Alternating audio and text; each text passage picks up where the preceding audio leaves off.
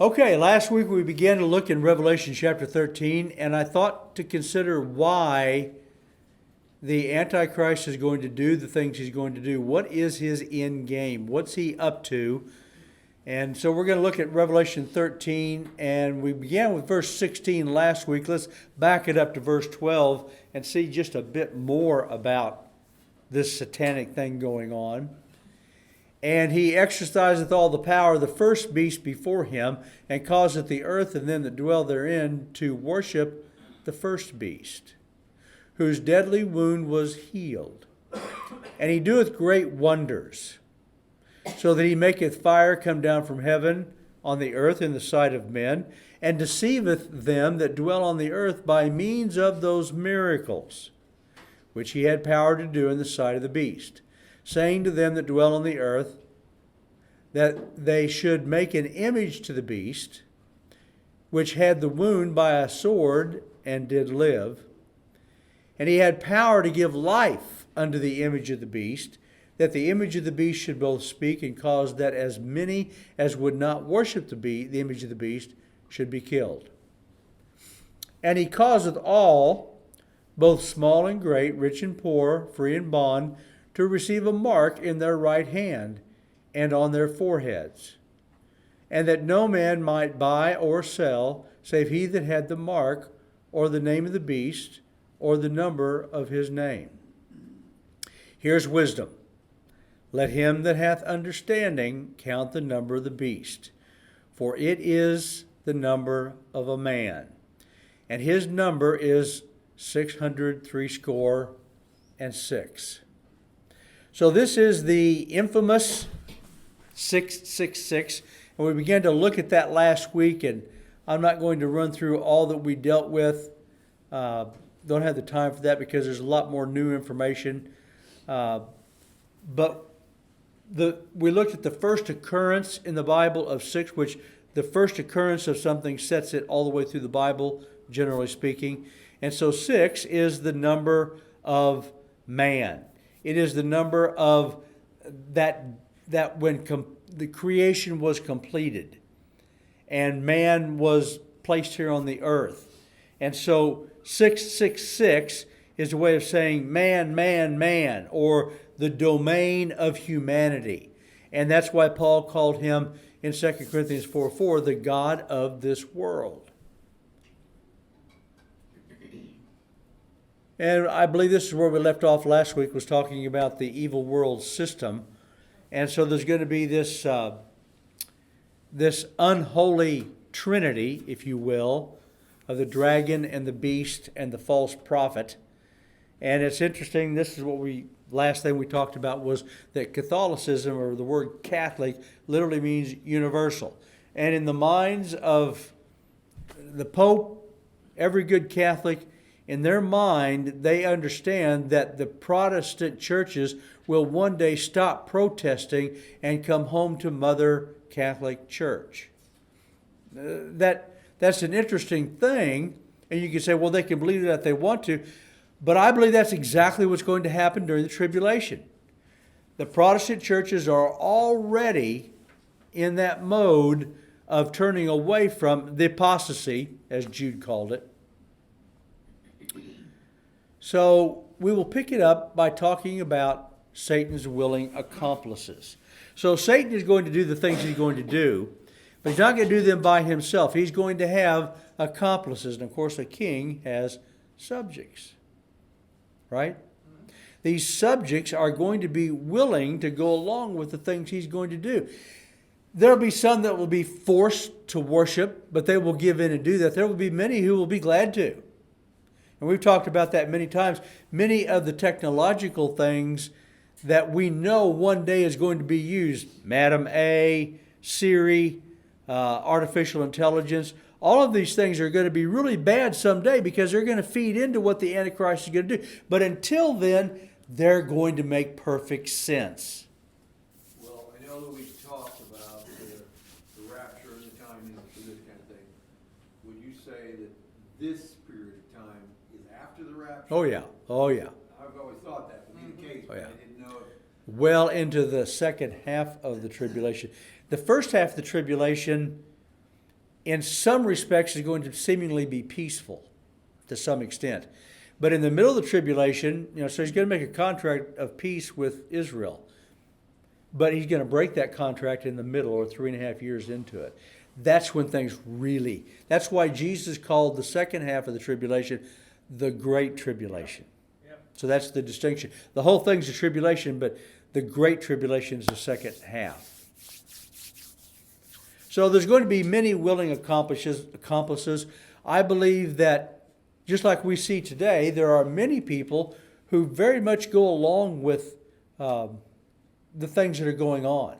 They think that masking up, and they think that all of these things are good things. And they're not the mark of the beast, but it's so obvious you cannot not see that it is incrementally, one step at a time, moving us in that direction. Absolutely. But we're up to 4 shots now, 2 shots and 2 boosters. And they want to give it to the kids. And the guy who invented the vaccine method that they're using, the mRNA, he said, don't do it to the kids. He said, every mechanism that has been tested before, it was required to have about 5 years of data before it was used generally, before it was released to be used. Well, we've got 1 year. We've got 1 year behind us about. So we don't know what this vaccine is going to do. No. We don't know. No. And if you buy into some of the conspiracy theories that may actually be more than theories, the vaccine is going to have effects on down the road that are fairly predictable. Anyway, we're not going to get off into all that. Just my point is that Satan is going to do the things he's going to do, and the mark is going to be taken willingly by most of the people of the earth.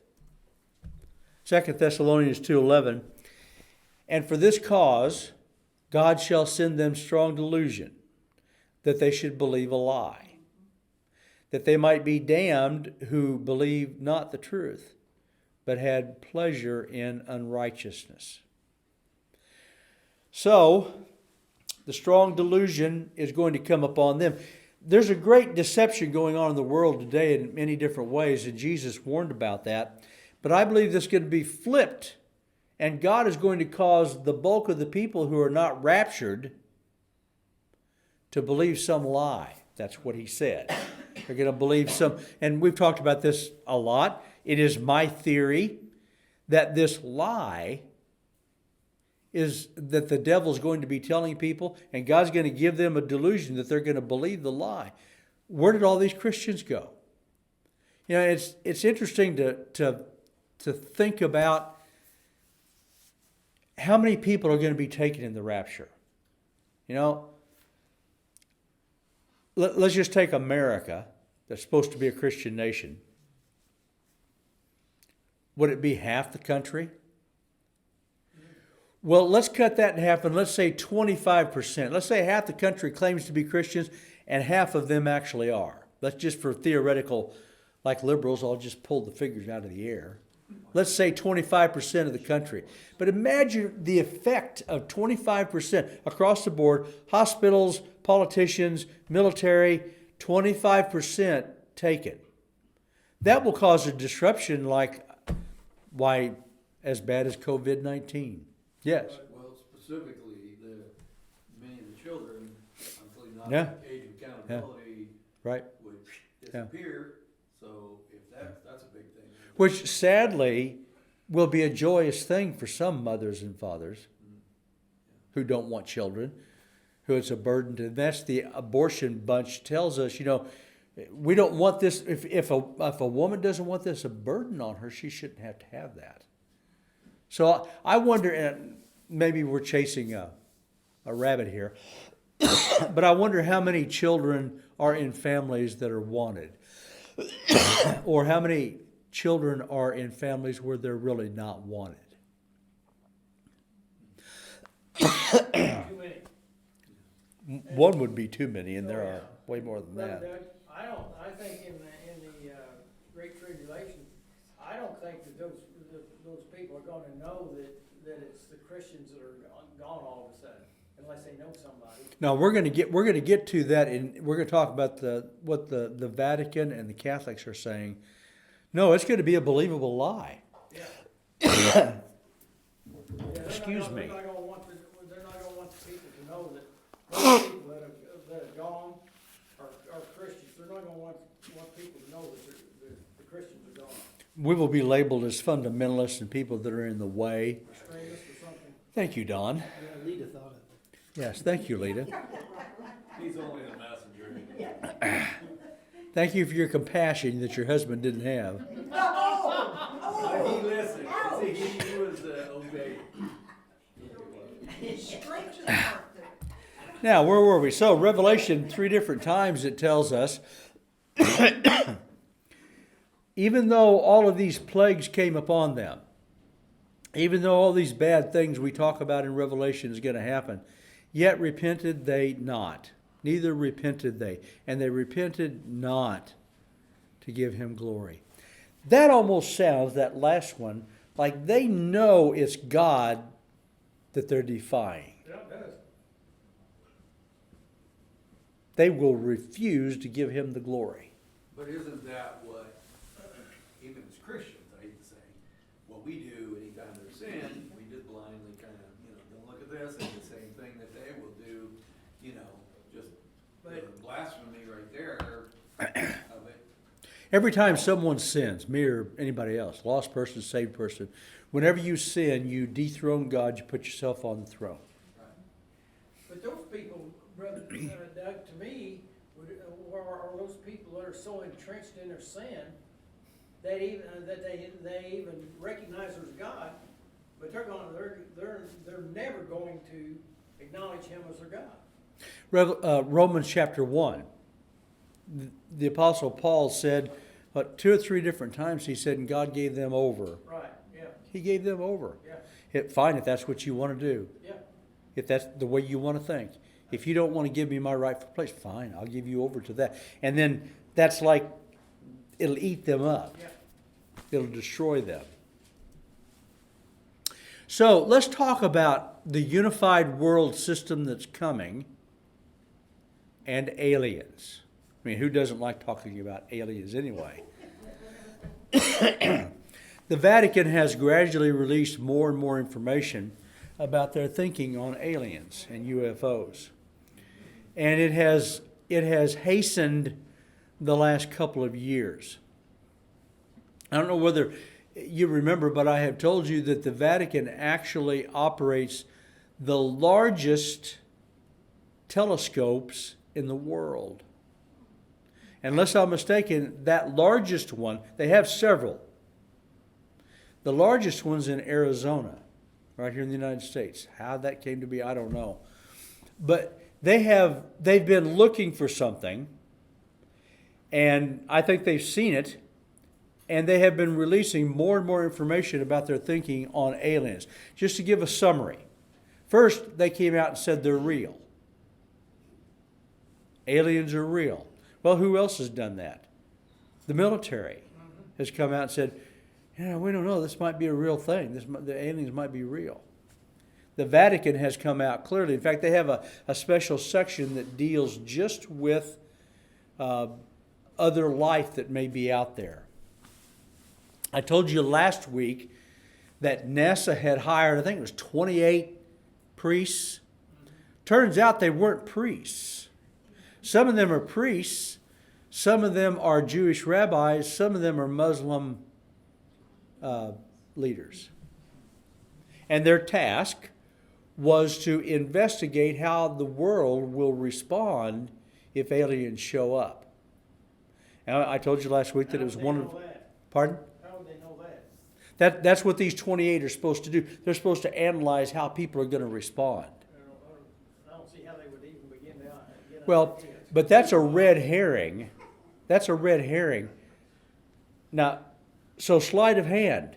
Don't pay attention to what's going on here. We've got 28 religious people. What's going on is, by them announcing that, they're validating that there are aliens. Yeah. They don't care what they come up with. over here. But NASA and the powers that be are rolling it out slowly that we accept that there's aliens. And the Vatican's on the forefront of this.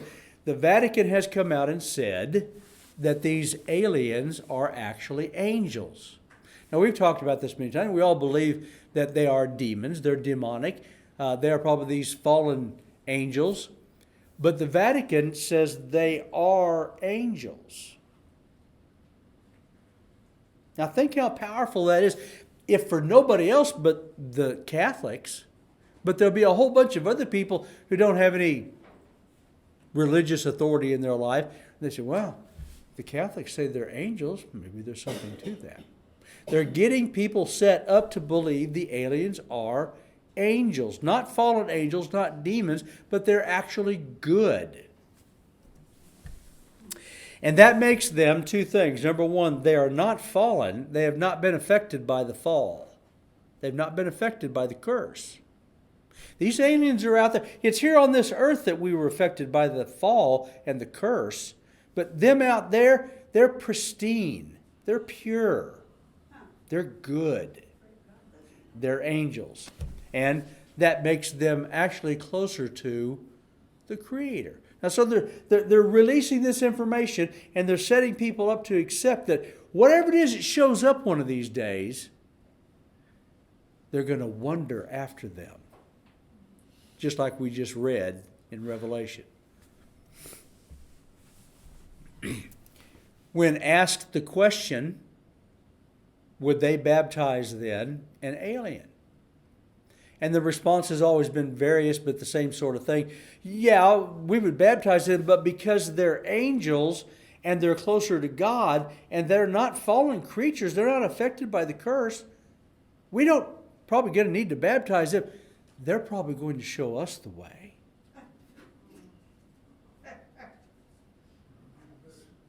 Now, don't think like you think. Think like the lost person out there who's not going to go in the rapture. They're going to buy into this hook, line, and sinker. Oh, yeah, sure. These people supposedly are leaders of a church. The Pope buys these things and puts it out there. Yeah. The Vatican puts it out there. The Pope will still And be they here. say we're the nuts. The What? Pope might still be here. Yeah, notice the Well, Pope is not will be raptured. here. Yeah. Oh, yeah, yeah. Well, why would he be raptured? He ain't going to heaven. Well, so when I was back in college, I did some research into this, and I looked up in some Catholic books. That is what the Catholic mystics have said over the years. So when they pick a pope, you know, the black smoke and the white smoke, right? They have their convening of all their leaders, and their writings, they have written almost a warning to everybody who picks a pope. The description of the beast, the woman that rides the beast in Revelation 17, there's no denying that's the Catholic Church. I mean, the description is so clear. Even the Catholics recognize that, and so this is what they say. There will come a day when the Catholics will apostatize, and they will elect the Antichrist Pope. But she's not going to be the Antichrist. She's the false prophet. So they say you need to be very careful when you don't be the ones to pick the wrong pope. And yet. So this pope is too old. I mean, he's about to die too. So I think there may be another pope in the wings. There's a lot of people who think that this pope is going to be the false prophet. A pope will be the false prophet. But I don't believe this guy. This guy's setting things up for the next guy. Oh, yeah. How much more radical could he be? Well, yeah, he's really setting it up. I mean, he's opened doors to things that a lot of Catholics are not happy with him for. He's going against what Catholics have always believed. I mean, he's saying that we need to be about justice and we need to be about global warming or Did he climate say change. abortion's okay, too? Did he say that? I was thinking he said something about He's justice. borderline. It's not as there. bad as it used to be. Yeah. Yeah, it's borderline there. So, and we've talked about this so much. So we're 2 years, we're a year and a half into this study of prophecy and news. And we're still here. And I've told you from the beginning, things are accelerating, speeding up, but they always happen much slower than you think they're going to happen. Right? So they're not getting anybody to take the mark of the beast today, nor tomorrow. But if they can get you to take the jab enough times and wear a mask when they tell you to, and on, they will eventually get to the place where you'll take the mark of the beast. Yeah, but what country was it? Is it Denmark? Sweden that just came out with, they have had for a while, it's slightly larger than a grain of rice, that they've had for a while that you can have implanted that keeps information, but now you can keep your vaccine your vaccine passport on it. Yeah, among other things. Yeah. And so it can be placed anywhere under the skin, subcutaneous, so, forehead, wrist, whatever. And that makes it really easy to scan. You go down to the grocery store if you need to buy some food, that's how you do it. Remember, the Great Reset, you're not going to own anything, but you'll be happy. That sounds so good. I don't think that's good. Yeah. We're going to get to that in a moment too. So as we continue the summary of what the Vatican has put out there, the Vatican says that Jesus was a star child. That is, he was the result of alien insemination. Where do they get their inside information? Probably from the aliens. One alien in particular. So, They get an alien newspaper, huh? yeah. Well, they get it from Satan. Well, sure, if they get anything, yeah. But imagine how this changes up the thinking of your average lost person. They think, well, maybe that does explain Jesus. I mean, they don't know the stuff that we know about Jesus. So they say, yeah, that seems pretty plausible. Aliens came. And by the way, in the alien nut crowd that's been out there for decades, they've been saying this. They've been saying that aliens came to the planets of the universe and seeded the planets. That's where humanity came from. We came from aliens. Well, okay, so that's perfectly plausible. Where they've been set up, that's not really that far a stretch from where they had been. Matthew 24:23, Jesus said in that private briefing he gave to his disciples about the tribulation, he said, then, if any man shall say unto you, lo, here is Christ, or there, believe it not. For there shall arise false Christs and false prophets, and shall show great signs and wonders, insomuch that if it were possible, they shall deceive the very elect. And that's the elect during the tribulation. That's not the elect that have been raptured. So, we've always known that there were nuts that claimed to be Christ. But what if Jesus was dead on target? He knew exactly what was going to happen. That the Vatican, the one world religion of the false prophet, was actually going to say, Christ is an alien. And he shows up as a being of light, And they say, this is Christ. Only he's the Antichrist. You see how insidious and incremental and step by step the devil is setting things up. So let's talk about this number 666, the number of the beast, and artificial intelligence. The ability to know and track numbers, that is people, that's who's got the number, is on the order of magnitude of all people, is so large. I don't even know how many billion people there are on the planet. Anybody know? Well, don't waste your time Googling it. It's a bunch. 3 or 4 million. Okay. I think there's that many in China. 7 billion. Yeah. Huh? 6 or 7 billion. 6 or 7 billion. Okay, in order to track that much information, I mean, just to track one piece of information about all that many people is actually beyond what we have the capability to do. That we know of. I'm going to introduce you to something that you may not have known about that may put us over the edge. So in order to track that much information about that many people, requires computing power and information to be tied together in a way that most of us can't even conceptualize. The power to crunch that much information in a useful way, so you could take that much information and maybe over a period of weeks or months you could crunch, one piece of data or something.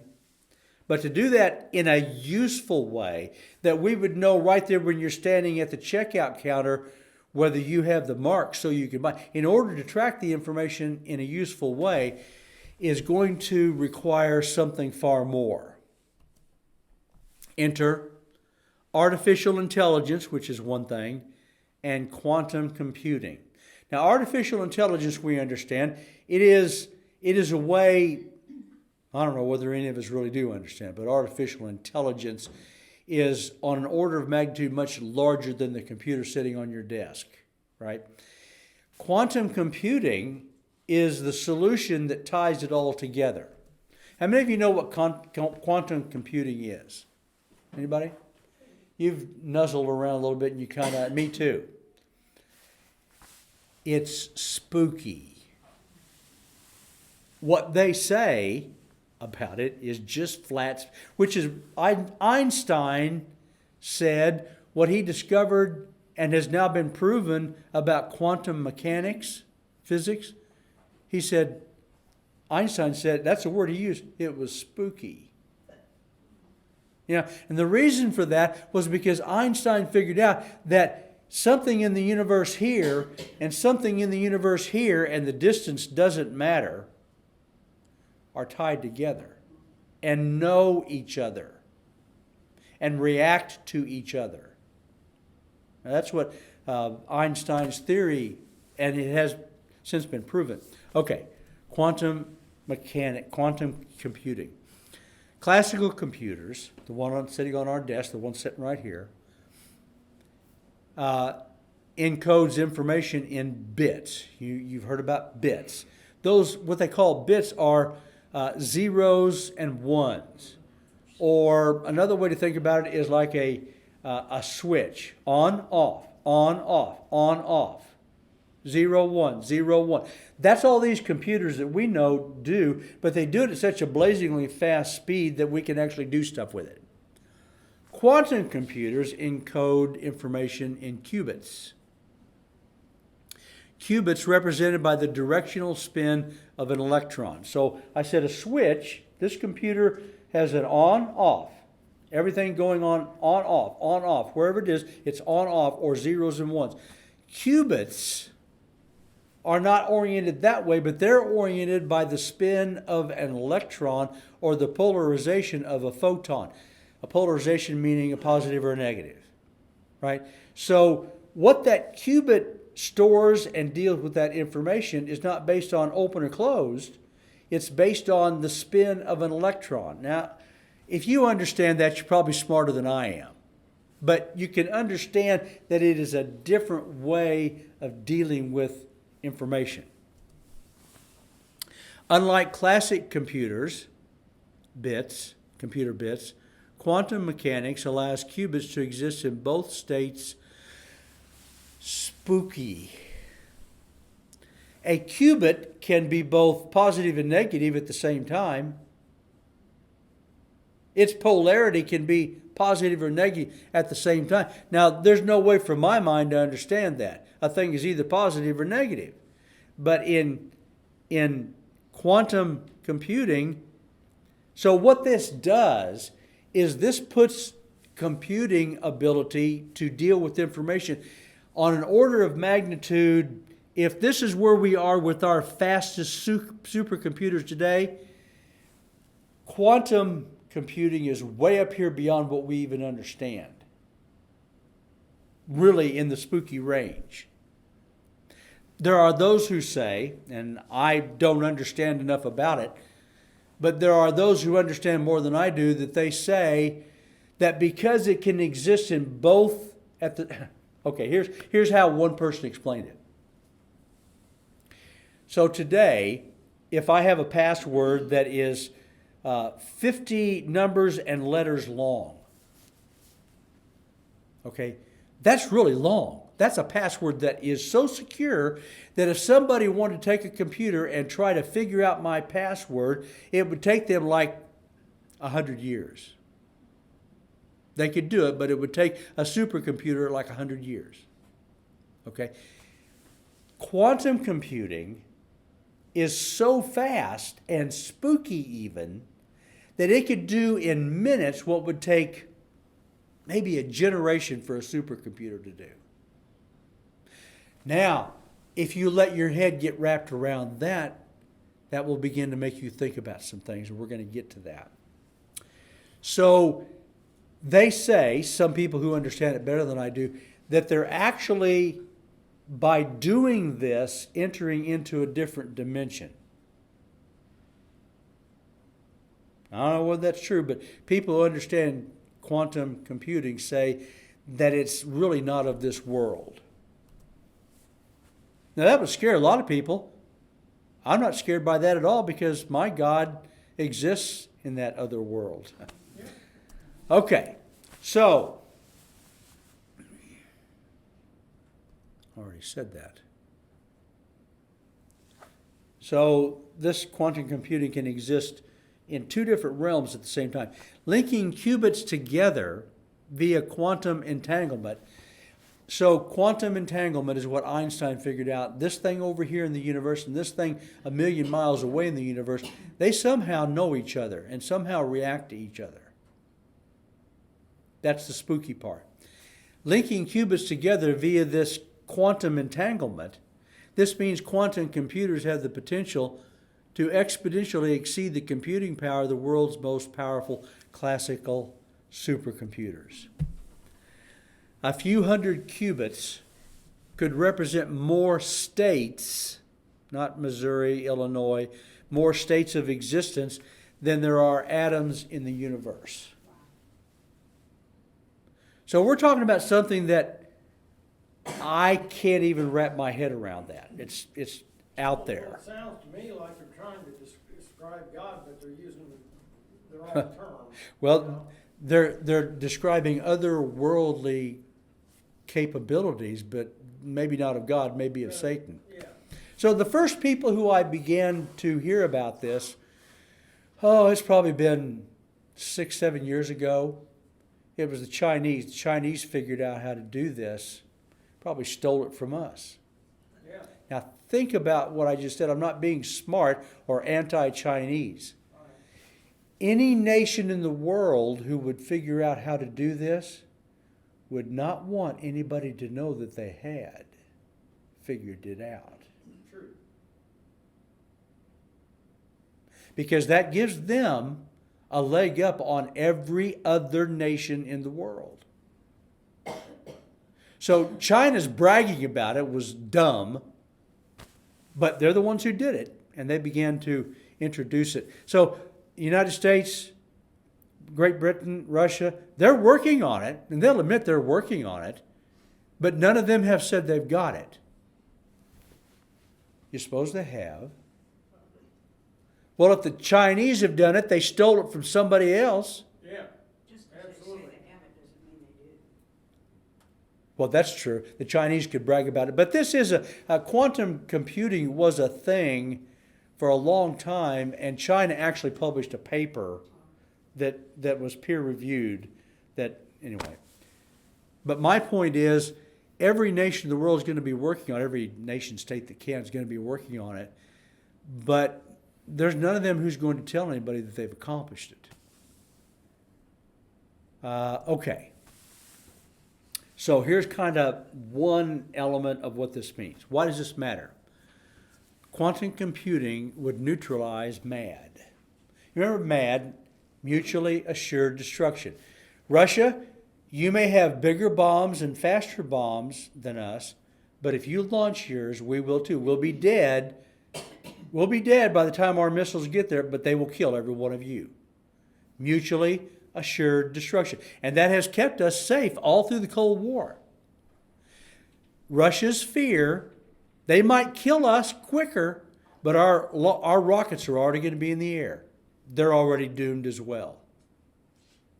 If somebody gets quantum computing, well, there's 100, if you let your mind go, there's 100 ways that this puts them up militarily on every other.